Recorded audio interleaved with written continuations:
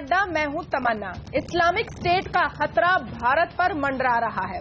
Delhi police ने 4 आतंकवादियों को पकड़ा है और पुलिस के मुताबिक ये आईसिस के इशारे पर दिल्ली के कुछ मॉल्स पर हमला करने जा रहे थे। दूसरी ओर गणतंत्र दिवस पर हमारे मुख्य अतिथि फ्रांस के प्रेसिडेंट फ्रांसवा ओलांदे को भी भारत आने पर आईसिस की धमकी मिली है।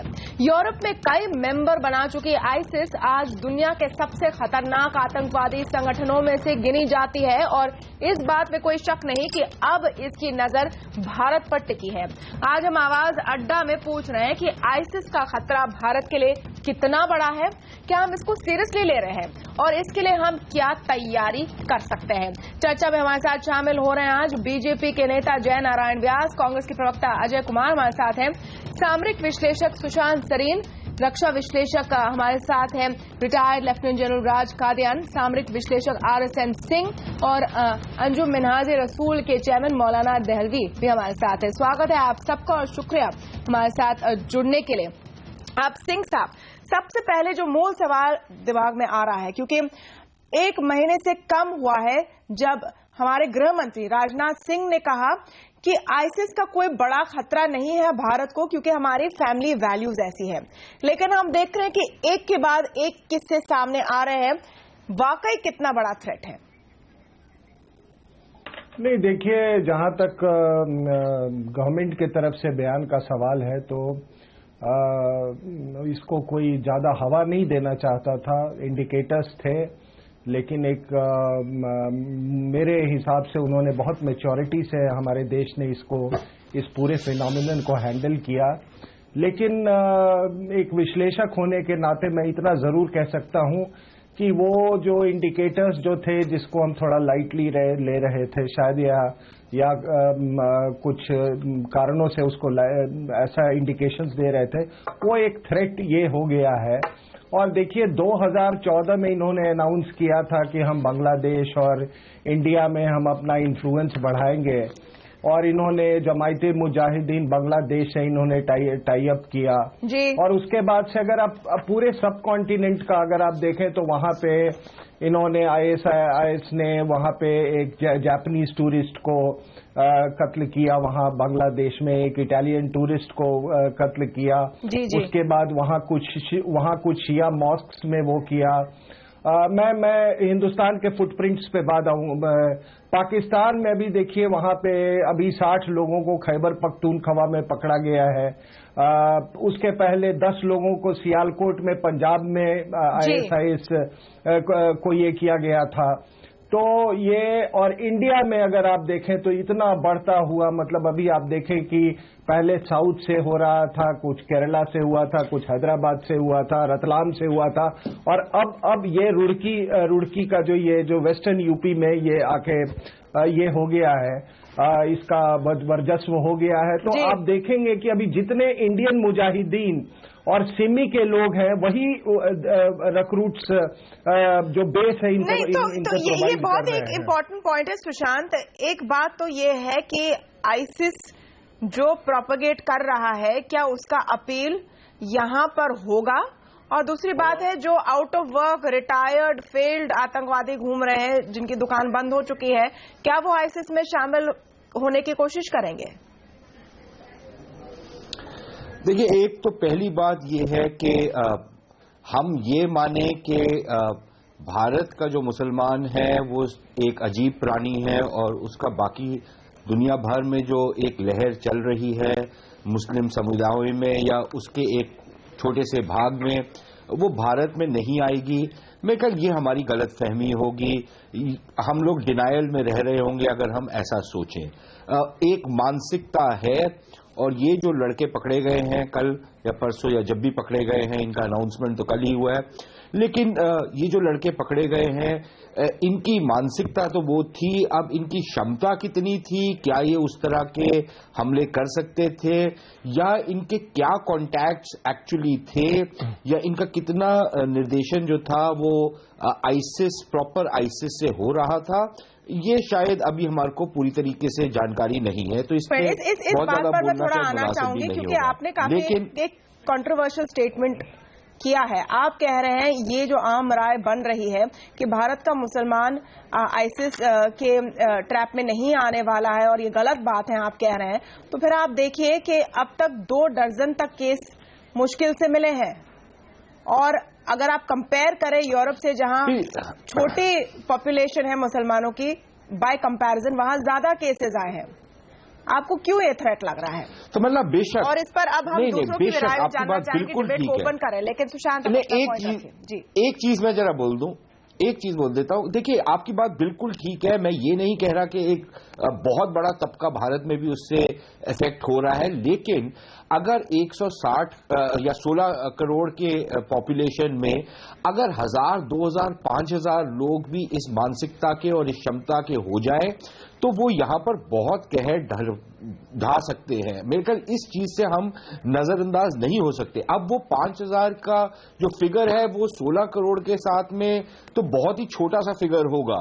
अब 5000 ना हो, 500 भी हो, लेकिन 500 लोग, जब इंडियन मुजाहिदीन का एक जमाने में यहां पर खौफ था तो उनकी जो टोटल तादाद थी वो 100 से कम थी, लेकिन उन्होंने कितने सीरियल ब्लास्ट किए और कितने लोगों को मारा उन्होंने, ये हमारे सामने है। तो ये जो थ्रेट है, इसमें अगर एक भी व्यक्ति उससे इफेक्ट होता है तो दैट इज 1 too many। मेरे ख्याल हम उसको निगलेक्ट नहीं कर सकते और ना ही उस चीज को निगलेक्ट कर सकते हैं कि एक ये फिजा पैदा हुई है जिसमें बहुत सारे लोग, और दर पर दर हम देख रहे हैं कि कितने लोग इससे इफेक्ट हो रहे हैं और इससे इन्फ्लुएंस हो रहे हैं और इस राह पे चल रहे हैं। अब उनको रोका जा रहा है, वो एक अलग बहस है, लेकिन ये हो रहा है।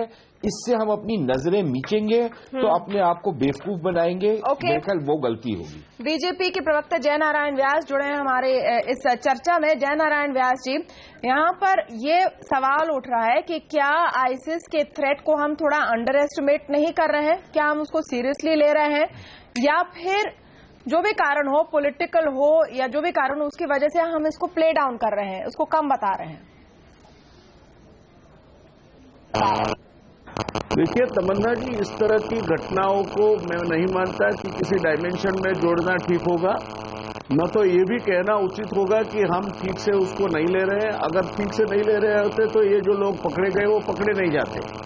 तो ये कहना कि हम इसको हल्के से ले रहे हैं, मैं नहीं मानता उचित होगा। कोई भी सरकार, ये मुद्दा ही ऐसा नहीं है जिसको राजनीति से जोड़ना चाहिए। नहीं, राजनीति से तो कोई भी नहीं जोड़ा है, राजनीति से तो बिल्कुल नहीं जोड़े। व्यास जी, आपके ऑडियो में थोड़ी सी प्रॉब्लम है, तो उसको हम फिक्स करते हैं और फिर आपके पास हम तुरंत लौटते हैं। उस ऑडियो को थोड़ा फिक्स कर लेते हैं पहले। मौलाना देलवी जी, ये जो पॉइंट आ रहा है, और सीधे सुशांत सरीन उस पॉइंट पर आ गए हैं जो इन अ वे असली सवाल है। इस पर खुले से बात करने से लोग नहीं बात करना चाहते, सेंसिटिव मामला है, लेकिन मूल सवाल यही है कि क्या भारत के मुसलमान आईसिस के बहकावे में आएंगे? क्या उनको जो सक्सेस पूरी दुनिया में मिली है यहां मिल सकती है या नहीं? इस पर आपकी राय। देखिए तमन्ना, पहली चीज तो यह है कि आतंकवाद को परिभाषित, किसी भी सूरत में उसको परिभाषित और जायज नहीं कहा जा सकता। ISIS एक दहशतगर्द तंजीम है और बहैसियत एक मुसलमान होने के, एक भारतीय होने के, उसकी मुखालफत करना मेरा अपना दायित्व, मैं हमेशा से करता आ रहा हूं। 1990 से हम आतंकवाद के खिलाफ लड़ रहे हैं, मगर मैं सरीन के साथ मुत्तफिक नहीं हूं। भारत में आतंकवाद के खतरे के साथ भारत के मुसलमान कंधे से कंधा मिला के खड़ा हुआ, लेकिन दो चीजों को आप देखिए। जब कश्मीर के अंदर पूरा आतंकवाद की मुहिम चली तो भारतीय मुसलमानों ने टनल के इस पार उस आतंकवाद की तहरीक को नहीं आने दिया, बल्कि उन्होंने गिलानी और यासिन मलिक की आंख में आंख डाल के कहा, आपका लड़ाई सियासी है, उसको हम आतंकवाद मानते और आपकी हिमायत नहीं करेंगे। 1992 के बाद चंद्रशेखर जी ने जो कुछ कहा उसको नहीं दोहराऊंगा, लेकिन 1992 के बाद भी उन्होंने अपने आप को बचा के रखा, 2002 के बाद भी उन्होंने अपने आप को बचा के रखा, और माननीय प्रधानमंत्री ने जो कुछ कहा था उस वक्त CNN के इंटरव्यू के साथ, वो उनकी दिल की वो बात थी। मैं मानता हूं 10, 5, 15, 20 बच्चे, लड़के जो गए हैं, वो कहीं न कहीं वो प्रचार जो ISIS पूरी दुनिया में कर रहा है जी। और अब इसमें खाली सरकारों की जिम्मेदारी नहीं है, बल्कि मुस्लिम समुदाय की जिम्मेदारी सबसे ज्यादा बनती है, उलमा की जिम्मेदारी बनती है, हमारी इंस्टीट्यूशन की जिम्मेदारी बनती है कि अगर ये इतने लोग भी जा रहे हैं तो कहीं ना कहीं सिर्फ देश के लिए ही, हम सबके लिए खतरे की एक अलार्मिंग है कि हमको अपने समाज को, अपनी कम्युनिटी को टटोलना पड़ेगा कि अगर ये 5 भी गए हैं तो कहीं ना कहीं हमारी तरबियत में कहीं ना कहीं खामी हो रही है। और एक अंतिम बात मैं कहूंगा कि जो अभी सलीम साहब ने कहा और उससे पहले जनरल साहब जो कुछ कह रहे थे, सच्चाई के साथ हमको इस बात को कबूल करना पड़ेगा कि आज ISIS का जो प्रचार है, जिस तेजी के साथ वो आप इस्लाम को पेश कर रहे हैं, उसमें कुछ न कुछ बहकावे के लोग आ रहे हैं। और इस बात को मुस्लिम समाज खाली ये आगे कहना नहीं हम उसमें लिप्त नहीं है, इससे भी काम नहीं चलेगा।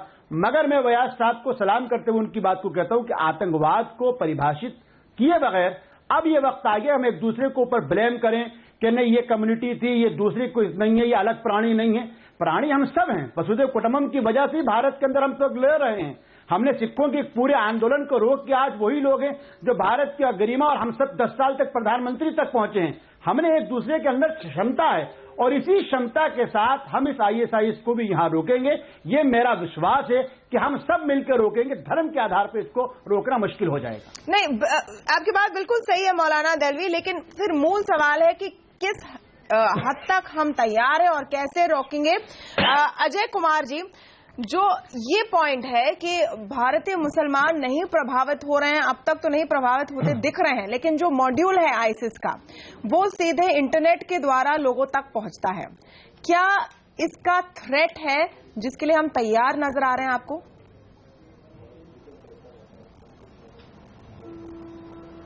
देखिए तमन्ना जी, चुनौती तो बहुत बड़ी है, जैसे पहले सभी वक्ता ने ये बात कही है, और इस समस्या के समाधान के लिए अनेक कदम सरकार को उठाने की आवश्यकता है। और हम तो ये कहेंगे अगर थोड़ा सा हट करके पहले तो जिस तरह से पुलिस और अपने पुलिस की मॉडर्नाइजेशन अपनी जगह पर है, लेकिन सबसे महत्वपूर्ण मुझे जो मैं सभी पॉलिटिकल दल से अनुरोध करूंगा दोनों तरफ से, अगर माइनॉरिटी अपीजमेंट की बात चली या मेजोरिटिज्म की बात चल रही है, सामाजिक समरसता को रखना जो है अति आवश्यक है।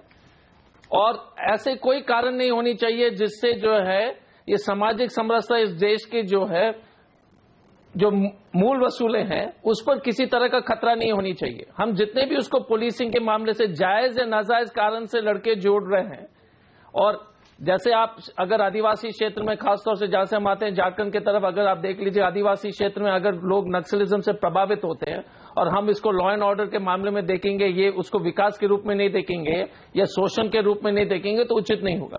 नहीं तो आप क्या कहना चाह रहे हैं अजय कुमार जी? कोई भी राजनीति हो, मालदा की घटना हो, खुलकर कहिए ना, क्योंकि ये एक मामला है जिसको पॉलिटिकल नहीं बनाना चाहिए। तमन्ना जी, मैं यही इसलिए बार कह रहा हूं कि बड़ी जिम्मेवारी के साथ हम ये कह रहे हैं कि ये सुनिश्चित करना चाहिए कि किसी तरह से हमारी सामाजिक समरसता पर किसी तरह के ऐसे काम नहीं हो, ऐसे बयानबाजी नहीं हो, किसी एक विशेष समुदाय दोनों तरफ से। मान लीजिएगा, और मैं उदाहरण इसलिए मैं देना चाहता हूं क्योंकि मालदा में जैसे घटना घटी उस पर भी कड़ी कार्रवाई होनी चाहिए। जैसे मालदा में जो अल्पसंख्यक समुदाय के लोग गए थे जिसमें थाना जल गई थी, उस तरह में कड़ी कार्रवाई। उसी तरह से जिस तरह से कोई भी राजनीतिक दल जिस तरह से किसी विशेष समुदाय के ऊपर जो आरोप लगाते हैं या जो बयानबाजी हो रही है, ये आम चर्चा हो गई कि देश के सामाजिक समरसता पर थोड़ी सी हल्का धक्का लग रही है या काफी चिंता लोग व्यक्त कर रहे हैं। ये चिंता की विषय है। तो हम यही बार बार पॉलिटिकल लीडर से, खासतौर से भारतीय जनता पार्टी के हमारे सब व्यास जी सब लोग उपस्थित हैं, ये सभी लीडर को जैसे गृह मंत्री जी ने बड़ी जिम्मेवारी से अपने बयान दिया था जी, उसी तरह उसी जिम्मेवारी के साथ बाकी लोग को अगर आप टीवी चैनल में आकर देखेंगे, सुनेंगे, या जिस तरह से काम हो रही है उस तरीके का काम नहीं दिखाई देता है। तो पहले तो ये सुनिश्चित करना है कि सभी पॉलिटिकल पार्टीज किसी तरह से भी कोई भी इस तरह का बयानबाजी से जो है दूर रहे। नहीं व्यास जी, और उस तरह के काम, ताकि सामाजिक समरसता इस देश में बरकरार रहे, ये अति आवश्यक है और ये सबकी जिम्मेदारी है, सिर्फ किसी एक पार्टी की नहीं। जी व्यास जी, आपकी ऑडियो कट गई थी, अब आप शामिल हो गए फिर से। हम यही सवाल लेकर आ रहे हैं आपके पास कि किस तरह से सरकार ये तय करेगी, क्योंकि अब ये आपकी जिम्मेदारी है कि आईसिस यहां बिल्कुल अपनी जड़ें ना बना सके और जिस तरह से अब तक फेल हुआ है भारत में, फेल होते रहे। देखिए तमन्ना जी, ये पहले तो जो मुद्दों पे बात कही गई, मैं मौलाना साहब के साथ, और जो सामाजिक सौहार्द की बात की गई, उस दोनों बातों के साथ सहमत हूं। मैं आज कहीं पढ़ रहा था, एक कहावत बहुत अच्छी कही गई थी, बच्चों को क्या सिखाना चाहिए, और वो कहावत ये कहती है कि if you don't teach them peace when they are young, they will take to violence when they grow old. तो मूलतः ये जो बात है वो सामाजिक समरसता से लेकर, शिक्षण से लेकर और कई मुद्दों से जुड़ती है। अब एम्प्लॉयमेंट तक के मुद्दों से जुड़ती है, इनकम डिफरेंशियल तक के मुद्दों से जुड़ती है। ये एक मुद्दा नहीं है। दूसरी बात ये भी है कि जहां तक स्थानिक इनको सपोर्ट नहीं मिलता, जैसे पंजाब में आतंकवाद खत्म हो गया क्योंकि जो स्थानिक उनको सपोर्ट मिल रहा था, स्लीपर सेल बन रहे थे, वो एक हद तक खत्म हो गया। तो ये भी हमें देखना होगा कि हम सब एकजुट होकर चौकन्ने रह के ये बात को आगे बढ़ाएं। और तीसरा मुद्दा जो फ्रांस ने किया है, मैं मानूंगा कि डिटरेंट भी उतना ही स्ट्रांग होना चाहिए कि हम जब डिटरेंट की बात करते हैं तब फ्रांस का अभी का जो पेरिस अटैक के बाद जो उन्होंने चीजें की है, मैं मानता हूं एक तक हमें भी ये लोकशाही की दुहाई देके इस तरह के तत्वों को और मानवाधिकार के बातें करके इस तरह के तत्वों को बहकाने में अब हमें भी हथियार नहीं बनना चाहिए। तो ये तीन मुद्दों पे चल के आगे चल के सरकार, मैं मानता हूं कि कार्रवाई करेगी। और अगर हम सब इकट्ठे होकर ठान ले कि ये मुद्दा हमारा सबका है, this is socio political issue, it is not. Is it Sushant? एक तो क्या ये सोशियो पॉलिटिकल इशू ही है, क्योंकि आईसिस बहुत ही अलग प्रोपोजिशन लेकर आ रहा है। जो अब तक आतंकवादी संगठन भारत में दिखे हैं वो या तो कश्मीर के मुद्दे से जुड़े हुए हैं या अपने अपने मुद्दे लेकर आ रहे हैं जो स्पेसिफिक इंडिया के रहे हैं। आईसिस एक कैलिफेट, एक अलग देश आप कह सकते हो, उसका प्रोपोजिशन लेकर आ रहा है। एक वो क्यों रेजोनेट करेगा, और दूसरी बात जो पेरिस की कही जय नारायण व्यास ने, पेरिस ने जिस तरह का एक्शन लिया है अटैक के बाद, उसकी भी निंदा हो रही है और इसका ये भी संदेह पैदा हो रहा है कि क्या ये आईसिस को ज्यादा बढ़ावा देगा लॉन्ग टर्म में?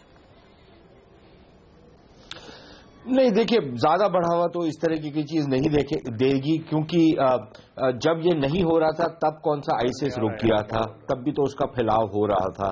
तो मुझे नहीं लगता कि उसका कोई बहुत मेजर उस तरीके से असर पड़ेगा। लेकिन मैं दो तीन, आपने सवाल तो बहुत रखे हैं, मैं तो पूरा प्रोग्राम आपका यूज कर सकता हूं, लेकिन संक्षिप्त में बोलने की कोशिश करता हूं। एक तो देखिए, एक तो अजय जी जो कह रहे हैं वो बिल्कुल बात ठीक है, लेकिन भारत जैसी देश जो 125 करोड़ का देश है, वहां पर जितनी विविधता है वहां पर कुछ ना कुछ तो सोशल टेंशन रहेगी, चाहे वो रिलीजियस ग्राउंड्स पे हो, किसी और ग्राउंड्स पे हो, एथनिक ग्राउंड्स पे हो वो। लेकिन उनकी बात ठीक है कि राजनीतिक दलों को उस चीज को बढ़ाने के बजाय उस पर सुलह सफाई करवाने का ज्यादा किरदार अदा करना चाहिए। दहलवी साहब की भी बात ठीक है कि जब यहां पर 80 और 90 के दशक में आतंकवाद आया तो भारत के मुसलमान ने उसको सिरे से निकारा, लेकिन पिछले कई सालों से हमने ये देखा है कि लोकल ग्रीवेंसेस इतने नहीं हैं, एक लार्जर, एक इंटरनेशनल नैरेटिव के साथ कुछ लोग जुड़ रहे हैं, और तभी हमारे को नजर आ रहा है कि जो al Qaeda in the sub continent का जो चीफ है वो भी भारतीय मूल का निकल के आ रहा है। कई बच्चे पकड़े गए हैं, या जो इंडियन मुजाहिदीन के बच्चे थे जो पहले वहां पर गए पाकिस्तान में और फिर वो जाके आईसिस के साथ जुड़ गए। भारत के अंदर हमने एक तरीके की ये मानसिकता देखी है, उस पर कंट्रोल है, कोई वो बहुत ज्यादा फैलाव नहीं है, लेकिन वो है। अब प्रॉब्लम ये है कि जो नैरेटिव है, और मौलाना साहब की अपनी जगह बात ठीक है, लेकिन जो नैरेटिव है वो बदल गया है। जो आज की मॉडर्न जनरेशन है वो मौलाना साहब के नैरेटिव के साथ उस तरीके से अपने आप को जोड़ नहीं पा रही, क्योंकि उनका एक बड़ा मॉडर्न नैरेटिव है और मौलाना साहब का उतना मॉडर्न नैरेटिव नहीं है। या तो मौलाना साहब और इनके जैसे आलिम जो हैं वो अपना नैरेटिव को थोड़ा सा मॉडर्नाइज करें ताकि वो इन लोगों के साथ रिलेट कर सके। मेरे ख्याल एक वो बहुत बड़ा गैप जरूर आ रहा है जी। रही बात इस चीज की कि भारत के मुसलमान या यहां पर क्यों टारगेट बनेगा, क्योंकि अगर इस तरीके की फिजा फैलेगी, और हमने ये भी देखा है कि बहुत पढ़े लिखे एजुकेटेड मिडिल क्लास के बच्चे जो किसी भी लिहाज से डिप्राइव नहीं थे, जिनके लिए दुनिया उनके कदमों में थी, ये इनफैक्ट आईसिस के साथ जुड़ते हैं तो फिर मेरे ख्याल ये एक माइंडसेट की लड़ाई है। ये आईसिस की एक बात उनके रिक्रूट्स में नजर आई है कि ऐसा नहीं कि उनके सारे रिक्रूट्स जो यूरोप से भी गए हैं वो बहुत ही खराब स्थिति में थे। उनके क्या कारण है अभी तक लोगों को समझ में नहीं आया है। तो राज कादियान जी, स्वागत है आपका हमारे इस कार्यक्रम में, आप जुड़े हैं। अब हमारी चर्चा यहाँ पर मूल सवाल निकल कर आ रहा है कि आईसिस का खतरा कितना बड़ा और हम कितने तैयार।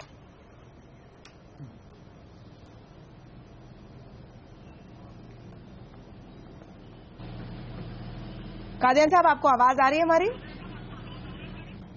यार साफ नहीं है आपकी आवाज, I can't make out exactly. इसको सिस्टमेटिक आवाज तो आ रही, लेकिन चलिए हम आपकी आवाज ठीक करने की कोशिश करते हैं ताकि आप हमें सुन सके। मेरा वैसे सवाल ये था कि आईसिस हमारे लिए कितना बड़ा खतरा है।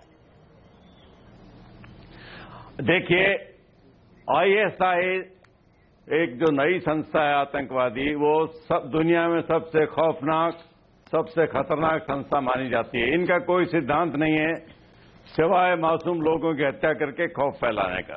इनकी पेरेंट जो ऑर्गेनाइजेशन अल-कायदा थी, उनके भी कोई असूल थे कि वो जो टारगेट चुनते थे वो या तो पॉलिटिकल मुद्दे से या मिलिट्री मुद्दे से चुनते थे, वो मासूम लोगों को टारगेट नहीं बनाते थे।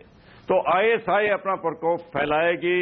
ये इनकी प्रेजेंस पहले ही पूर्व की तरफ अगर हम देखें, अफगानिस्तान में आ गई, पाकिस्तान में है, इंडोनेशिया में भी पहुंची हुई है, और ये भारत का सब कॉन्टिनेंट जिसमें बर्मा, बांग्लादेश में शामिल है, उसमें आने की पूरी कोशिश करेंगे।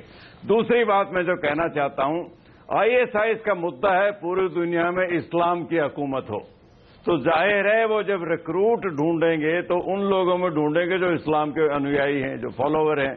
लेकिन उससे ये कहना है कि हर मुस्लिम इनके टारगेट बनेगा, वो सही नहीं है। कुछ बच्चे ऐसे हैं, भारत इतना बड़ा देश है, इतनी बड़ी समस्याएं हैं, तो कुछ बच्चे जरूर बहकेंगे, वो तो पश्चिमी देशों में ही बहके हुए हैं। लेकिन किसी एक समुदाय को सारा देश शक की नजर से देखे, वो बिल्कुल गलत होगा। वो इस्लाम को ढूंढेंगे, वो तो इस्लाम के फॉलोअर हैं, तो वो तो मुस्लिम ही हैं, लेकिन हर मुस्लिम इनके साथ नहीं जुड़ेगा, मैं इस बात को मानता हूं। तीसरी बात, ये भारत को एक आसान टारगेट क्यों समझते हैं?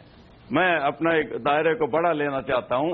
भारत बहुत बड़ा देश है, हमारे करीब 15,000 किलोमीटर का लैंड बॉर्डर है, 7 हमारे पड़ोसी देश हैं, हमारे बॉर्डर्स पोरस हैं। एक देश जो पश्चिम में पाकिस्तान ऐसा है जो हमारा प्रतिद्वंदी है, इसके अलावा और देश कुछ ऐसे हैं, नेपाल है, बांग्लादेश है, जो शायद जान के टेररिस्ट को हमारे देश में नहीं भेजते, लेकिन उनके काबू में नहीं है इतना काम। तो भारत हमेशा टारगेट रहेगा। दूसरा, देखिए दुनिया भारत को कैसे देखती है। भारत, ये बड़े दुर्भाग्य की बात है, कसूर हम सब का इसमें, भारत एक ठोस देश नजर नहीं आता है। हम एक 29 राज्यों का और 7 यूनियन टेरिटरी का एक बड़ा ढीला ढाला एक मिश्रण नजर आता है दुनिया को, क्योंकि जो आवाज हमारी बाहर जाती है उसमें कसूर मीडिया का भी है, कसूर पॉलिटिकल लीडर का भी है, कसूर हम सब लोगों का है। ये सिर्फ सरकार की जिम्मेवारी नहीं है। एक मिनट इसमें कादियान साहब, ये क्योंकि आईसिस भारत को इसलिए टारगेट कर रहा है कि हम ठोस नहीं सुनाई देते हैं, तो यूएस भी उनके टारगेट पर है, फ्रांस भी उनके टारगेट पर है। I am not too sure about that, लेकिन मौलाना दहलवी जवाब देना चाहते हैं, सिंह साहब भी देना चाहते हैं, एक एक करके। मौलाना दहलवी पहले। मैं बिल्कुल, देखिए कादियान साहब ने और सरीन सर ने जो बात रखी, मैं बिल्कुल इत्तेफाक करता हूं। भारत में अभी तक आतंकवाद के कामयाब न होने की सबसे बड़ी वजह जो है वो हमारा एक दूसरे के ऊपर विश्वास था। हमारे राजनीतिक मतभेद, वैचारिक मतभेद कितने भी हुए, परंतु हमने मिलकर उसका मुकाबला किया। मैं आपको एक छोटी सी एग्जांपल देता हूं। मैं पिछले वर्ष जब हज पे गया और मुझको कुछ लोग वहां अलग अलग मिले, तो वो बात करते थे, मैं सच्चाई के साथ कह रहा हूं, उनमें ज्यादातर वो थे जो पाकिस्तानी टेररिस्ट, या उनको आप सोकाल मुजाहिद कहिए। वो कहते हैं साहब क्या वजह है कि गुजरात में कोई मुसलमान यानी बंदूक नहीं उठाता है आपके यहाँ? तो मैंने उनसे कहा हमारी सबसे बड़ी वजह मौलाना आजाद के लफ्जों में यह है कि हम अपने यहाँ सांस्कृतिक तौर से भारत इतना ज्यादा जुड़ा हुआ है कि हमारा इस्लाम भारतीय इस्लाम है, और आपका इस्लाम आज तक समझ नहीं पाए कि आपका इस्लाम कौन सा इस्लाम है। पहली चीज। दूसरी चीज, सच्चाई यह है तमन्ना, जो हम सबको समझना पड़ेगी, सच्चाई ये कि जब तक दुनिया की बड़ी ताकतें आतंकवाद का इस्तेमाल अपने मफाद के लिए करती रहेंगी, गुड तालिबान बैड तालिबान, अच्छे बुरे, चाइना जैसा कम्युनिस्ट कंट्री जो है वो अपने सिल्क कॉरिडोर की हिफाजत के लिए तालिबान की मदद लेता है, और पाकिस्तान जो आतंकवाद की सबसे बड़ा जमवाड़ा है, उन लोगों को जब तक ये आतंकवाद की परिभाषाओं को तब्दील नहीं करेंगे और सच्चाई के साथ नहीं मानेंगे कि हाँ अब ISIS का सफाया करना खाली एक इस्लाम नहीं बल्कि इंसानियत के लिए जरूरी है। नहीं, ये बात तो प्रूवन है कि सबसे बड़े टारगेट जो है ISIS के वो मुसलमान ही है दुनिया भर में। लेकिन हम 20 लाख से ज्यादा भारत के पर्सपेक्टिव में बात करें जी सिंह साहब। देखिए, मैं ओपिनियंस नहीं देता हूं, मैं बिल्कुल हार्ड फैक्ट्स पे जाता हूं, और हार्ड फैक्ट ये है कि जितनी जिहादी तंजीमें होती हैं, चाहे वो लश्कर तोयबा हो, चाहे वो जैश मोहम्मद हो, चाहे अलकायदा हो, चाहे ISIS हो, ये जितनी तंजीमें होती हैं they are basically pan Islamist. ये चीज मैंने कुछ एक चैनल पे अपने पाकिस्तानी गेस्ट को भी ये बात बताई थी। देखो, जो मदरसों में जहां पर इनका इंडोक्ट्रिनेशन होता है तो वो इंडोक्ट्रिनेशन होता है पैन इस्लाम के ऊपर में। तो ये कोई एक कॉज उनको दे दिया जाता है तो वो कोई जरूरी नहीं है कि वो एक कॉज पे स्टिक करें। दूसरी चीज, if you think that ISIS and al Qaeda are the two very separate entities, ये बहुत गलत फहमी है। आप अगर इंडिया का मैप देखें और आप लोगों ने अगर ऑब्जर्व किया होगा जी, तो आपने देखा होगा पूरा जो ईस्टर्न हाफ है जिसमें कि आपका बंगाल, बिहार, उड़ीसा, ये जो पूरा इलाका है इसमें अभी अल कायदा के जो फुटप्रिंट्स आपको दिख रहे हैं, और बाकी जो वेस्टर्न हाफ है उसमें आप देखोगे ये ISIS का फुटप्रिंट्स है। अगर आप इलाहाबाद से एक लाइन ड्रॉप करो, एक वर्टिकल लाइन, तो ईस्ट की तरफ अल कायदा का ये है और वेस्ट की तरफ ISIS का है। तो देखिए, ये कहना कि ये अभी ये शुरू हुआ है, pan Islamism has been a fact all through India's history. तो फिर अब तक ISIS ने अपनी पकड़ सुनिए क्यों नहीं बनाई है? पैन इस्लामिज्म के ऊपर में ही पाकिस्तान बना। पैन इस्लामिज्म के सामने गांधी भी झुक गए जब उन्होंने खिलाफत मूवमेंट को सपोर्ट किया, तो गांधी भी पैन इस्लामिज्म जी अजय कुमार जी तो ये आप ओपन डिबेट है, सब आइए अपने पॉइंट के साथ। अजय कुमार जी, ये आपत्तिजनक बात है। इस्लामिज्म जो है आपत्तिजनक बात है। नहीं, RSN सिंह साहब, यहाँ पर पॉइंट रखी जा रही कि भारत का मुसलमान नहीं बहकता और आप उसका उल्टा कह रहे हैं, तो ये बात मौलाना दलवी कह रहे हैं कि बिल्कुल गलत है, आपत्तिजनक है। और डर क्या है? डर क्या है कि ISIS ओके, अजय कुमार की बात सुन लीजिए, अजय कुमार की बात सुन लीजिए, अजय कुमार। और हम नहीं चाहते हैं RSN सिंह साहब, मौलाना दलवी, एक मिनट अजय कुमार की बात सुन लीजिए। जी मिस्टर कुमार, अजय कुमार। RSN सिंह साहब, थोड़ा सा opinion you can give anything. Tamanna ji, सबसे बड़ी खतरा गो अहेड। तमन्ना जी, सबसे बड़ी खतरा क्या है कि जैसे कि मान लीजिएगा कि पहले वक्ता जो बता रहे थे, देखिए दिक्कत क्या रही है कि अगर जब उस तरह का हम बहस कर रहे हैं, क्योंकि देखिए पहली बात ये समझना चाहिए कि इस देश में सभी धर्म और सभी जात और सभी अलग अलग विचार के लोग रहते हैं, तो उस पर हम लोग को पहले देखना है कि ISIS या अलकायदा का जो परोप पड़ रहा है इस देश पर, उस पर हम लोग को क्या करनी चाहिए। अगर हम देखेंगे आगे की रास्ता क्या है, किस तरह से उसको, और ये असर सच, ये फैक्ट है कि ये सही बात है कि जो है ISIS से कुछ लड़के लोग जा रहे हैं, उससे प्रभावित हो रहे हैं, ये जरूर ये बात सही है। अगर जनसंख्या, आबादी की संख्या में अगर आप देख लीजिएगा, करोड़ों में से कोई 500, 1000 बहुत ही छोटी संख्या लेकिन जा रहे हैं। पॉइंट क्या है? लेकिन अगर नहीं, खतरा क्या है कि बिल्कुल सही पॉइंट हम ये मौलाना पॉइंट ये कह रहे हैं कि एक मिनट मुझे बोलने दीजिए। जिस तरह से पहले RSN सिंह साहब थोड़ा सा संयम रखिए। RSN सिंह साहब, नहीं, मैं कह रहा हूँ मौलाना RSN सिंह साहब 2 सेकंड तो रुक जाइए ना, पहले तो दूसरे को तो बोलने दीजिए। दिक्कत अच्छा, एक minute sorry please RSN Singh साहब, प्लीज कृपया जो है दूसरे को सुनने के लिए भी तो क्षमता। मेरा ये कहना है कि जिस तरह से हम लोग जैसे अगर विशेषज्ञ भी इस तरह का बयानबाजी करेंगे तो देश के लिए, और सचमुच में अगर हम लोग को इसको लड़ना है तो उचित नहीं होगा। पहले तो हम लोग को अपनी जो है लॉ एंड ऑर्डर मशीनरी को, नहीं, वो लॉ एंड ऑर्डर मशीनरी हमको ठीक करनी है। क्या कि हम जब लॉ एंड ऑर्डर मशीनरी, छोटा सा ब्रेक मुझे लेना होगा। तमन्ना जी 2 सेकंड तो सुनिएगा। Okay Ajay Kumar, please complete your point. जी madam, you know either you call and listen और यू प्लीज स्पीक ना, कि कोई फायदा ही नहीं। अगर आपको हर चीज में आपको टिप्पणी देना है तो फिर आप ही कीजिए ना। अजय कुमार जी, हम रुके हैं, आपका पॉइंट कंप्लीट कीजिए प्लीज। हेलो, नहीं आप ब्रेक में चल, क्योंकि नहीं हमको इस बात की खेद है, क्योंकि हमारा ये कहना है कि पहले तो हम लोग किसी तरह से आईसिस और अलकायदा को लड़ने के लिए हमको लगता है कि आपको पूरी तरह से स्क्वाड टीम फलाना बनाना चाहिए। हमको पहले अपने जो मूल पुलिसिंग है, जो चौकी में रहते हैं, और उसमें जो पुलिस के जो रिप्रेजेंटेशन है, अगर आप देख लीजिएगा अल्पसंख्यक पूरे पुलिस में 4% है। उसी तरह से आपका जो रिप्रेजेंटेशन, कम्युनिटी रिप्रेजेंटेशन पुलिस में इतने कम है, आपको इंफॉर्मेशन कहां से मिलेगा? ओके। उसके अलावा आपकी जो टेक्नोलॉजी है पुलिस की, अगर आप पॉलिटिक्स नहीं करेंगे, लेकिन पुलिस की बजट मॉडर्नाइजेशन का आपने 50% इस बार कम कर लिया है। तो पहले तो आप अपने आप को मजबूत कीजिएगा, और सामाजिक रूप से आपको जो अपने आप को सक्षम करना पड़ेगा जो पुलिस फोर्स को। चले, अजय कुमार ने पॉइंट रखा है कि आप पुलिस फोर्स में ज्यादा माइनॉरिटीज को इंक्लूड करें, उनको सक्षम करें। इसका जवाब हम लेंगे जय नारायण व्यास से एक छोटे से ब्रेक के बाद। जाएगा नहीं।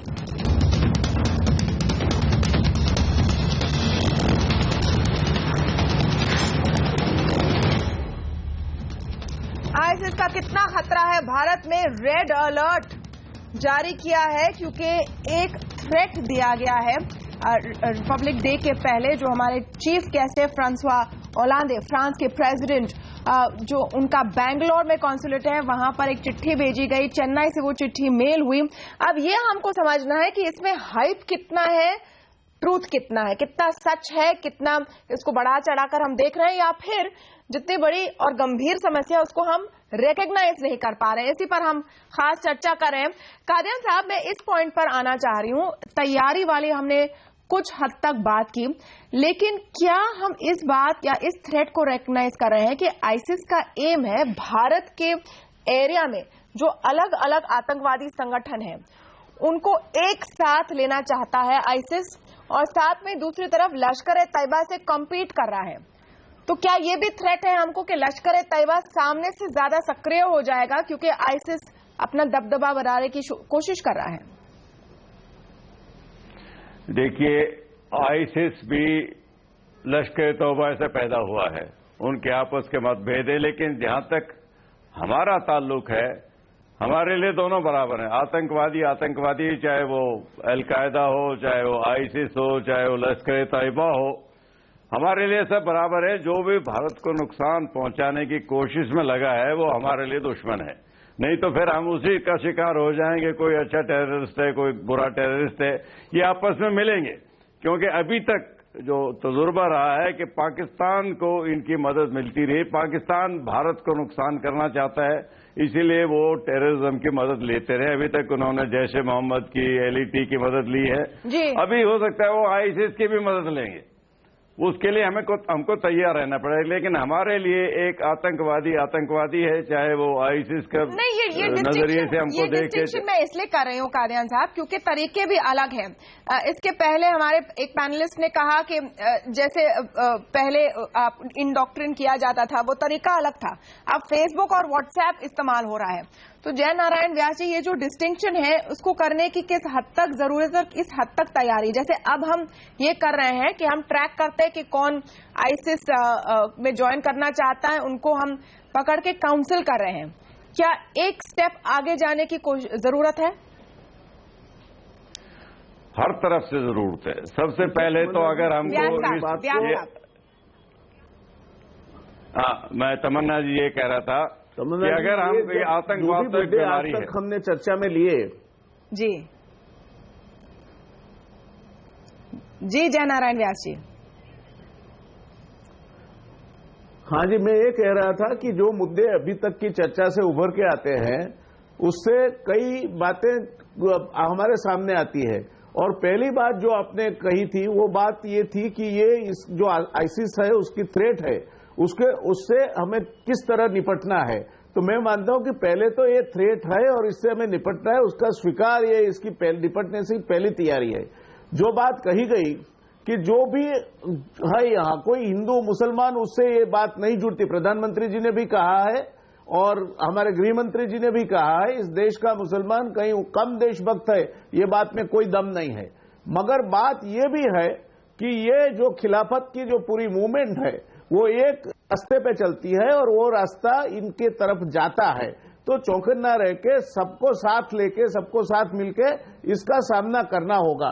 और इसमें कंट्री फर्स्ट वाला जो अप्रोच है, मैं मानता हूं, एक आपको दाखिला देना चाहूंगा। जब गल्फ वॉर चल रहा था जी, और ब्रिटेन भी उसमें गल्फ कंट्रीज के सामने लड़ रहा था, तब कई लोग ब्रिटेन में ऐसे थे जो हु वांटेड टू होल्ड एक इबादत की सभा वो करना चाहते थे गल्फ कंट्रीज के सक्सेस के लिए।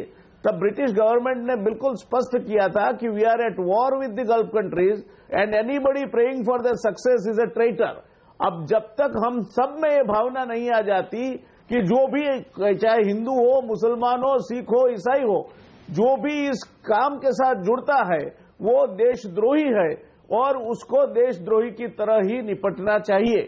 तो चौकन्ना भी रहना होगा। आपने टेक्नोलॉजी की बात कही, मैं एल्विन टॉफलर को कोट करना चाहूंगा। उसने कहा है 3 चीजें, every field will be invaded bye technology. तो ये फील्ड में आप टेक्नोलॉजी से अलग रह के चल सके, फेसबुक या ट्विटर और आने वाले समय में जो भी और आएंगे टेक्नोलॉजी के माध्यम, उससे बचकर रह सके, वो नहीं होना है। Technology doesn't give you only advantage, it gives you disadvantage also. So we will have to learn the counter espionage, counter intelligence, using the technology to intercept them and use them to the country's advantage. Okay, तो ये सब चीजें एक साथ करें तो इसका मुकाबला जरूर कर सकते हैं। आपने जो यूके की बात की उस पर मुझे थोड़ा डाउट है, क्योंकि यूरोप का सक्सेस बहुत रहा नहीं आईएसआईएस से डील करने का। जी RSN सिंह साहब। नहीं, मैं कह रहा था कि देखिए, ये केवल लॉ एंड ऑर्डर का मामला नहीं है। जब आप देख रहे हैं कि सोशल मीडिया का इस्तेमाल किया जा रहा है, you have to fight an ideological battle.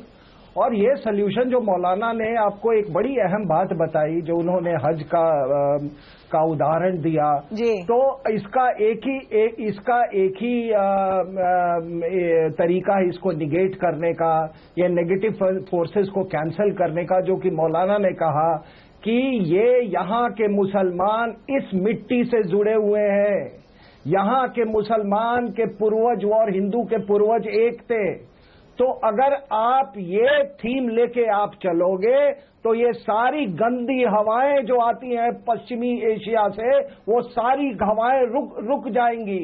लेकिन बड़े दुख के साथ ये कहना पड़ रहा है कि 60-70 साल में आप अपने से, हर हिंदुस्तानी ये सवाल पूछे कि क्या हम कन्वर्जेंस की तरफ गए हैं या डाइवर्जेंस की तरफ गए हैं।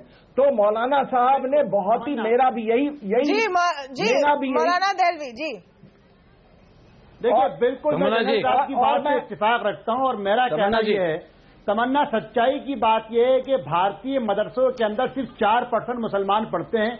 ये पार्लियामेंट्री कमेटी की रिपोर्ट है। दूसरी चीज हमको समझनी चाहिए कि पहली मर्तबा सदन पटल पे जो बात रखी है LK आडवाणी जी ने, शिवराज पाटिल जी ने और वर्तमान में राजनाथ सिंह जी ने Munawwar Saleem member of parliament के सवाल के जवाब में दिया कि भारत का कोई मदरसा आतंकवादी गतिविधि में लिप्त नहीं है। फिर भी मैं कहता हूं कि भारत के जितने मदरसे, उलामा और हम सब की जिम्मेदारी है कि हम अपनी जुमों में, तकरीरों में, प्रीचिंग के अंदर मौलिक इस्लामिक, भारतीय इस्लामिक सिद्धांतों को पेश करें। और अंतिम बात मैं सबसे कहना चाहूंगा, जनरल साहब मैं बड़ी इज्जत करता हूं अपनी आदमी का कि आप यकीनी तौर से भारत के असल रक्षक है। मैं कहता हूं मौलाना देहलवी में ये पूरी हिम्मत है और भारत के हर मुसलमान मौलवी में हिम्मत है कि हम क्या ISIS हो, कश्मीरी आतंकवादी हो, इसमें एक चीज है, बार आंख में आंख डाल के कहते हैं कि आप आतंकवादी हैं। परंतु इसी देश में जब भिंडरावाले को संत कहा जाए और बुल्लर को शहीद कहा जाए, तब मुझको लगता है कि सारी उंगलियां मेरी तरफ उठ रही हैं, तब मुझको तकलीफ पहुंचती है। नहीं, और इस केस में सेंसिटिविटी की बहुत जरूरत है। हाँ अजय कुमार जी, आप ही के पास मैं आ रही हूँ। पॉलिटिकल सेंसिटिविटी की बहुत जरूरत है। बस एक पॉइंट मैं रखना चाह रही हूँ, क्योंकि इस पूरे डिबेट में ये सवाल आया कि हमारी जो मुस्लिम पॉपुलेशन है वो कितनी टारगेट हो सकती है, लेकिन अगर उसका रिवर्स हो जाए कि सब पूछें कि आप कितने पेट्रियाटिक है हमें बताएं, तो शायद हम गलत रास्ते पर चल रहे हैं। जी अजय कुमार। देखिए, पहले तो आरएन सिंह साहब ने ठीक कहा कि जो है फेसबुक और सोशल मीडिया के तरह ये आइडियोलॉजिकल लड़ाई है, लेकिन हम ये भी ध्यान आकृष्ट करना चाहेंगे कि आइडियोलॉजी किसी तरह का नफरत, कोई दूसरे का अगर आप अल्पसंख्यक को नफरत करने के लिए जिस तरह से जो है जहर फैलाया जा रहा है, या क्रिश्चियन हो या मुस्लिम हो या जात के आधार पर या दलित हो या कुछ भी हो, तो उसी कड़ी कार्रवाई से मान लीजिएगा कि कोई लड़के लोग आईसिस से जुड़ते तो एकदम पूरी कानूनी ताकत के साथ उनके ऊपर कार्रवाई कीजिए। लेकिन हमारे देश में क्या हो रहा है कि हमको चिंता इस बात की है कि कोई ना कोई दरार पैदा करने के तरीके से, अगर आप देख लीजिएगा ट्विटर में आप चले जाइएगा तो जिस तरह से नफरत जो फैली जा रही है किसी भी, अगर कोई जात के आधार पर, कोई कौम के आधार पर, तो सभी लोग जो नफरत पैदा कर रहे हैं उस पर कड़ी काई वन साइडेड नहीं होनी चाहिए। क्योंकि हम कहते हैं कि देखिए, खास तौर से हम लोग की जिम्मेदारी बनती है मेजॉरिटी कम्युनिटी आने के लिए। हम लोग को ये देखना है कि क्या मेजॉरिटिज्म जो है उसी किसी कारण से किसी को, दोनों तरफ से हम लोग को जो बीच वाला रास्ता चल करके चलना है, किसी तरह का जो है नफरत फैलाने की जो संस्थानें हैं उस पर कार्रवाई हो। और तो एक महत्वपूर्ण विषय ये कि बार बार उसको नजरअंदाज कर रहे हैं तमन्ना जी, अजय कुमार नहीं नजरअंदाज कर रहे हैं कि देखिए एक चीज है, सबकी जिम्मेदारी। और दूसरी बात है, जैसे सही कहा कि जो फंडिंग होती है, जैसे वहाबी स्कूल या सलाफी स्कूल जो सऊदी अरेबिया से जो फंडिंग होती है वैसे संगठन को, उस पर निगरानी रखने की जरूरत है कि एक खास कट्टर विचारधारा के संगठन जो सऊदी अरेबिया में स्थापित हो या कहीं पर हो, उसको अगर मान लीजिएगा कोई कारण से किसी संगठन को इस देश में पैसे भेजा जा रहा है तो उस पर कार्रवाई होने की जरूरत है। क्योंकि हम लोग को मालूम है कि सलाफिस्ट या वहाबी स्कूल के जो एक्सट्रीम कट्टरपंथी विचार के जो लोग हैं उस पर जो वैसे संगठन से संबंधित रखने वाले लोग को जो खतरा है, ऑफ थॉट पर रहे तो हम डिबेट को अच्छे से आगे बढ़ा पाएंगे। इस वक्त हम ये बात कर रहे हैं कि कैसे हम तय करें कि आईसिस हमें निशाना ना बनाए, और आप बार बार इसको जोड़ रहे हैं इस वक्त जो पॉलिटिकल बातें हो रही देश में उससे। आप दबी जबान से बोल रहे हैं लेकिन बोल यही रहे हैं। मेरा ये सवाल है कि आप इसको डायरेक्टली कैसे करें? मैं नहीं जोड़ रहा तमन्ना जी, आपके समझ में दिक्कत है। नहीं तमन्ना जी, दिक्कत क्या आपकी समझ में है? हम कह रहे हैं कि किसी तरह का नफरत सोशल मीडिया में नहीं फैलाई है, आपको उसमें जो शंका हो रही है। नहीं पहले आपकी आपकी समझ तमन्ना जी, आपकी समझ में फूट लगाने की कोशिश, नफरत फैलाने की कोशिश, तो आप क्लियरली बोले ना क्या बोलना चाह रहे हैं? कि आप सोशल मीडिया में जाइए, अगर आप नफरत पैदा करेंगे नहीं मैडम, पहले तो आप सुनने का थोड़ा सा सुनने। मैंने आपको बहुत ही पेशेंटली सुना है अजय कुमार जी, बहुत ही आपको पेशेंटली मैंने सुना है, बिल्कुल नहीं टोका है। नहीं पेशेंटली, क्योंकि यू आर इंटरप्रेटिंग, आप अपनी जो परिभाषा कर रही है, जो हम बोल रहे हैं, हम नहीं अजय कुमार जी, आप शायद डिबेट के कॉन्सेप्ट से अगर आप वाकिफ हैं तो ये नहीं कि एक जना बस बोलते जाएंगे और उसके कोई काउंटर पॉइंट नहीं होगा। आपने जो बोला हमने सुना, अब उसको आप कह रहे हैं मुझे समझ में नहीं आ रहा है। मैं पूछती हूँ जय नारायण व्यास जी, अगर उनको समझ में आया कि नहीं? जय नारायण व्यास जी, जो अजय कुमार बार बार हिदायत दे रहे कि आपको समझ में आ रहा है, वो क्या कहना चाह रहे हैं, किसकी जिम्मेदारी है, और क्या हम अभी से ही कोई भी ऐसा बहाना पैदा कर सकते हैं? इतने बड़े थ्रेट से अब हम डील कर रहे हैं तो हमारा क्या तरीका होना चाहिए? देखिए तमन्ना जी, एक बात अजय कुमार जी की बात से मैं जहां तक समझा हूं बहुत स्पष्ट रूप से उभर कर आती है, और ये बात है कि ये समय ऐसा नहीं है कि ये और वो करके हम अलग अलग तबकों पे भड़काने का काम करके आगे चलेंगे। जो भी है एक देश की तरह हमें उसके सामने निपटना होगा, और मौलाना साहब ने भी जो बात कही उसके साथ मैं सहमत हूं। और मैंने पहले जो कहावत यूज की थी फिर से रिपीट करता हूं कि if you don't teach them peace when they are young, they will take to violence when they grow old. कहीं ना कहीं ये शिक्षण व्यवस्था जो है, चाहे वो मदरसे हो चाहे कोई और जगह हो, वो व्यवस्था में भी ये बात हमें डालनी होगी। कहीं ना कहीं थोड़ा बहुत माइनर टेंशन्स होंगे और वो माइनर टेंशन्स भड़कावे या बहकावे का मुद्दा न बने। दो रिक्शा वाले अगर एक दूसरे से टकराते हैं, दोनों हिंदू हैं तो एक्सीडेंट हो जाता है, और एक हिंदू है एक मुसलमान है तो हम उसको कम्युनल का रूप दे दे, ये बात नहीं चलेंगी। हमें कहीं ना कहीं ये संयत रूप से देखना सीखना होगा, और अगर हम ये नहीं सीख पाए तो मैं मानता हूं कि आने वाले समय में ये समस्या से निपटना बहुत ही मुश्किल होगा। ओके, छोटा सा ब्रेक लेंगे। ब्रेक के बाद एक और जो बड़ा पहलू है आईसिस की पूरी चर्चा में, दुनिया भर में अब एक गुट बन रहा है जो एक साथ आईसिस के खिलाफ लड़ाई करेगा।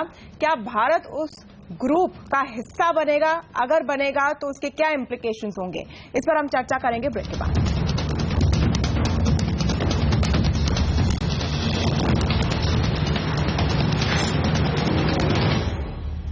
रक्षा मंत्री मनोहर पर्रिकर ने कहा है कि अगर यूनाइटेड नेशंस के फ्लैग के तहत कुछ देश साथ में आया आईसिस से लड़ाई करने के लिए तो शायद भारत इसके बारे में सोच सकता है। फिर इसके बाद एक्सटर्नल मिनिस्टर ने कहा कि ऐसा हम इस वक्त नहीं सोच रहे हैं। लेकिन सुशांत, अगर आगे जाकर एक युद्ध होना है और फ्रांस की सरकार इसे थर्ड वर्ल्ड वॉर का दर्जा ऑलरेडी दे रही है, क्या भारत इससे दूर रह सकता है? नहीं, दूर तो नहीं रह सकता, लेकिन भारत इसमें कितना हिस्सा डालेगा ये शायद अभी क्लियर नहीं है। मेरे ख्याल इसमें देखना पड़ेगा। एक तो जो मौलाना साहब ने भी अर्ज किया, पश्चिमी देशों की एक तो बहुत बड़ी प्रॉब्लम है कि जब वो तालिबान से लड़ाई कर रहे होते हैं तो तालिबान टेररिस्ट होते हैं, फिर जब उन्होंने अफगानिस्तान छोड़ना होता है फिर तालिबान पार्टनर्स इन पीस बन जाते हैं। जब इस तरीके के दोहरे मापदंड रहेंगे तो फिर मेरे ख्याल इन लोगों के साथ आप किस तरीके का अलायंस बनाएंगे, इस पर एक बहुत बड़ा सवालिया निशान है। खास तौर पर के, और जहां पर मैं जनरल कादियान से बिल्कुल डिसएग्री करता हूं कि जब वो कहते हैं कि बाकी सबके तो कुछ सिद्धांत थे, आईसिस का कोई सिद्धांत नहीं है, ना आईसिस का भी वही सिद्धांत है जो बाकी सबका था कि बेगुनाहों को मारो और कत्लेआम करो और अपना वर्चस्व वहां पर स्थापित करो, पहली बात। दूसरी चीज ये कि अगर आप इस तरीके का एक ग्रैंड अलायंस बन रहा है तो फिर कौन उसमें कितना हिस्सा डालेगा, उसमें कितनी क्लैरिटी है, उसमें आप कैसे तयन करेंगे कि कौन आपका दुश्मन है, उसका नेतृत्व कौन करेगा, उसमें और जो सारी पेचीदगियां हैं, मैं ख्याल जब तक वो सारा कुछ क्लियर नहीं होता इस तरीके के किसी गुट में छलांग लगाना समझदारी नहीं होगी। लेकिन एक इंटरनेशनल कोऑपरेशन जरूर होगी, इंटेलिजेंस शेयरिंग जरूर होनी चाहिए, और वो सारा कुछ अपनी जगह ठीक है। लेकिन एक फॉर्मल अलायंस को ज्वाइन कर लेना मेरे ख्याल वो इस समय शायद समझदारी की बात नहीं होगी, चाहे वो यूएन के नीचे हो या किसी और शायद के नीचे। ये अर्ली है, लेकिन ये एक ऐसी चीज है जिसको हम प्रिडिक्ट नहीं कर पा सकते हैं। कोशिश कर सकते हैं, लेकिन ये एक अनप्रिडिक्टेबल सिचुएशन भी बन सकती है। जी मौलाना दहलवी साहब। बिल्कुल, मैं सुशांत की बात से पूरी तरह इत्तेफाक करता हूं। देखिए, मैं कोई पॉलिटिकली, हम क्योंकि बहुत संजीदा, मैं आपको मुबारकबाद, संजीदा मौजू पर हम गुफ्तगू कर रहे हैं। मेरे नजदीक 3 चीजों को हमको समझना पड़ेगा। पहली चीज तो आईएसआईएस बिल्कुल इस्लाम के नाम पर वो जो कुछ कर रहे हैं, हम सबको भारतीय मुसलमानों की शनाख्त पे सवाल उठाने बगैर इस आतंकवाद से लड़ने के लिए सबको साथ लेना पड़ेगा, पहली चीज।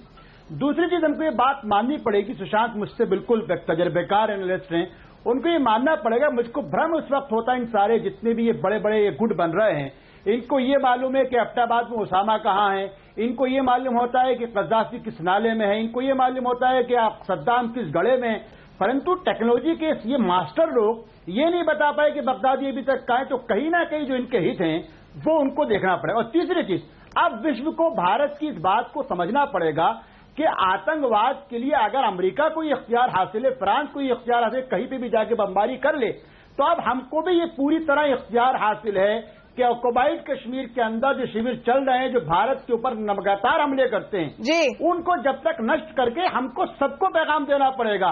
कोई भी हो, हिंदू या मुसलमान, नक्सलाइट हो या नॉर्थ ईस्ट में हो, आतंकवाद के लिए भारत की पॉलिसी है कि 0 टॉलरेंस, और उसके लिए विश्व को भारत की हाँ में हाँ मिलानी पड़ेगी। तमन्ना एक शब्द, तमन्ना एक शब्द, ओके सुशांत जी, एक शब्द, देखिए, मेरे ख्याल हमको किसी की इजाजत लेने की जरूरत नहीं है। अगर हमारी क्षमता हो और हमारी औकात हो तो हम वो हमला कर लें, और किसी की हिम्मत नहीं होगी वापस हमला करने की। और अगर नहीं है और हम किसी की इजाजत ले रहे हैं तो ये बात आगे नहीं। अच्छा, हमला तो अलग तरीके का, अलग तरफ गया है वो पूरा मामला, लेकिन हम यहाँ पर बात कर रहे हैं प्रोटेक्शन के। पहले कादियान साहब, सवाल ये है कि हम क्या अब एफिशिएंसी से पिन पॉइंट कर पा रहे हैं कि आईसिस कहां कहां हाथ पैर मारने की कोशिश कर रहा है, और उसको इन टाइम हम स्टॉप कर पाएंगे या नहीं? तमन्ना जी, मेरा मानना है कि हर देश अपने हित की बात करता है। अगर ये आईएसआईएस उभर के आई है तो वो इसकी ये वजह भी है कि पश्चिमी देश जो सीरिया में लगे हुए हैं वो आपस में इकट्ठे नहीं हैं। जहां तक अमेरिका का सवाल है, वो जो असद के खिलाफ जो रिबेल है उनकी तो मदद करते हैं जिसका आईएसआईएस को फायदा होता है। रशिया उनके खिलाफ है। तो हमको ये मान के चलना पड़ेगा कि हमको अपनी नौका खुद खेनी पड़ेगी। दूसरे देशों के साथ मिलना, हम यूनाइटेड नेशन का हिस्सा है, वो अलग बात है, लेकिन ये हमारी समस्या है। जब ये समस्या हम पर आएगी तो हमको ही संभालनी पड़ेगी जी। ये समस्या भारत की है। हमको भारत के तरीके देखने पड़ेंगे कि किस तरीके से, पहली बात तो देश को इस बीमारी से महफूज रखा जाए, किस तरह का अपनी अंदरूनी ताकत को बढ़ाया जाए ताकि कम से कम लड़के बैठ के जाएं। दूसरा फिर प्रिवेंटिव मेजर है कि इसको रोका कैसे जाए, वो अभी भी कारगर है। अगर हमने उत्तराखंड में 4 बच्चे पकड़े, वो हमारी कांग्रेस और बीजेपी की प्रवक्ता भी अपना लास्ट व्यू इस पर दे। अजय कुमार जी, सारी पार्टियों को एक साथ आना है इस पर, आप भी ये लगातार कह रहे हैं, और कैसे हम तय कर सकते हैं कि आईसिस का कोई अपील रहे ही नहीं हिंदुस्तान में?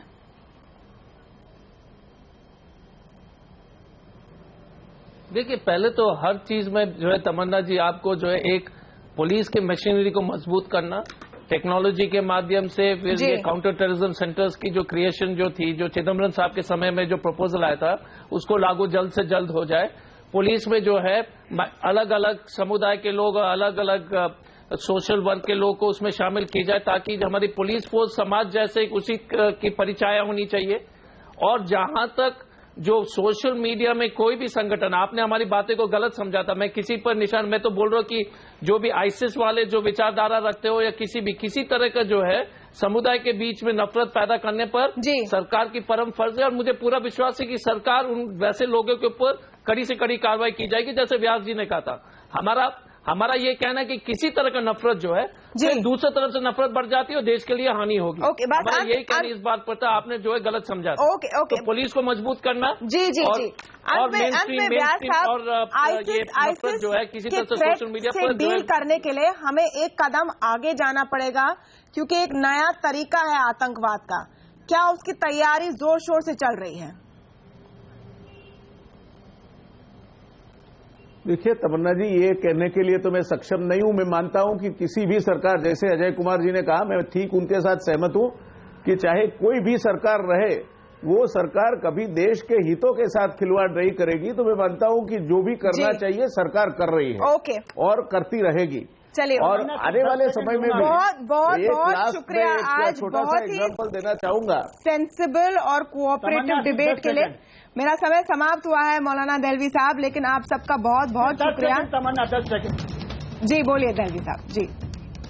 मैं सिर्फ इतना कहूंगा आप सबसे कि ऐसी आवाजें में एक छोटा सा उदाहरण, आईएसआईएस पे मेरा एक आर्टिकल तकरीबन अरबी, फारसी, उर्दू में छपा, मगर बदकिस्मती है कि पिछले 6 महीने से हिंदी के हर अखबार को मैं भेजता हूं, लेकिन कोई मदद करने को तैयार। इसलिए हमको अपनी सोच, सकारात्मक सोच को आगे चलिए, आपकी थॉट यहाँ तो हमारे सारे दर्शक सुन रहे हैं मौलाना दहलवी जी, तो वो अच्छी बात है। बहुत बहुत शुक्रिया आप सबका एक बार फिर हमारे साथ आज आवाज अड्डा में जुड़ने के लिए। नमस्कार।